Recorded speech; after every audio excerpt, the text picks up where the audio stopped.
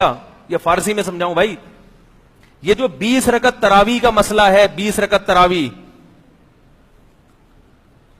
حضرت عمر رضی اللہ تعالی عنہ نے جب 20 رکعت تراویح شروع کی ہے تو خلفائے راشدین کے دور میں پھر پورے عالم اسلام میں 20 رکعت سے کم ایک رکعت کا بھی رواج نہیں تھا.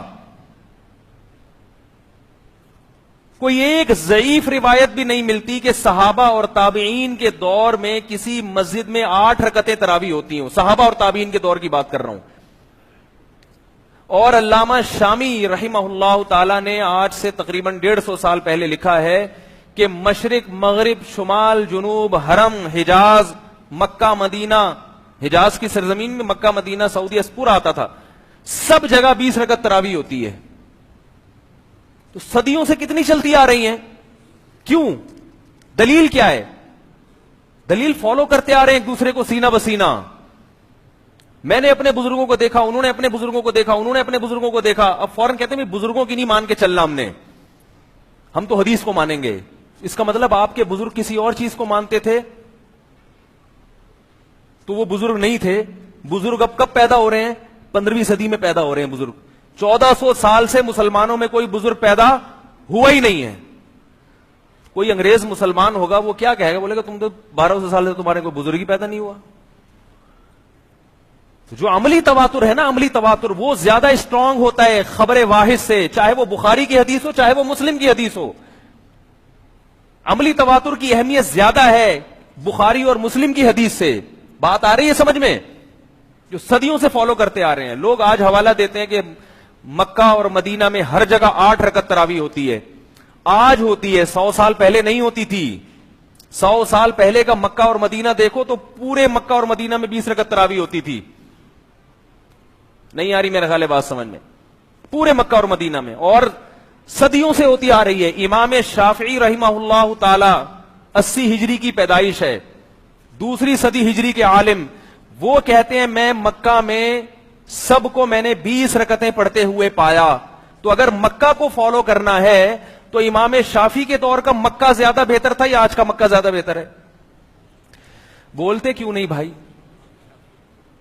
مکہ کو اگر فالو کرنا ہے آپ 8 پڑھیں، مگر یہ دلائل جو آپ دے رہے ہیں نا کہ میں فروئی مسائل میں غلو کا قائل نہیں ہوں. جو 8 پڑھ رہا ہے ٹھیک ہے، چلو نہ پڑھنے سے بہتر ہے 8 تو پڑھ رہے ہیں نا. لیکن میں کہتا ہوں کہ علماء کو بیوقوف سمجھنے کی کوشش مت کرو. امام ابو حنیفہ کو، امام شافعی کو، امام مالک کو، امام احمد بن حنبل کو، ان کو بیوقوف مت سمجھو. لوگ حدیث کا نام لے رہے ہیں لیکن طنز کس پہ ہو رہا ہے؟ ان بڑے بڑے ائمہ کرام پہ طنز ہو رہا ہے. ہمیں 20 اور 8 سے اتنا مسئلہ نہیں ہے. 8 پڑھ لیں، 20 پڑھ لیں، جتنی سمجھ میں آتی ہے پڑھ لیں، اللہ توفیق دے آپ کو. لیکن ایسی باتیں مت کریں کہ امت کا اسلاف پر سے اعتماد ختم ہو جائے. امام ابو حنیفہ بھی 20 رکعت کے قائل، امام مالک بھی 20 کے بجائے 36 کے قائل ہے وہ، اور امام شافعی بھی 20 کے قائل، اور امام احمد بن حنبل بھی 20 کے قائل ہیں.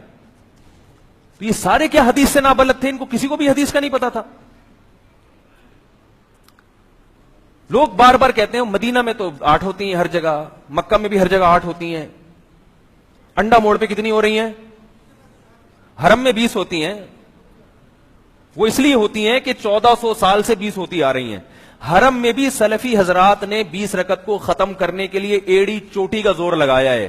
یاد رکھو، ایڑی چوٹی کا زور لگایا ہے. مگر وہاں ختم کیوں نہیں ہوئی؟ وہ ختم کر رہے تھے.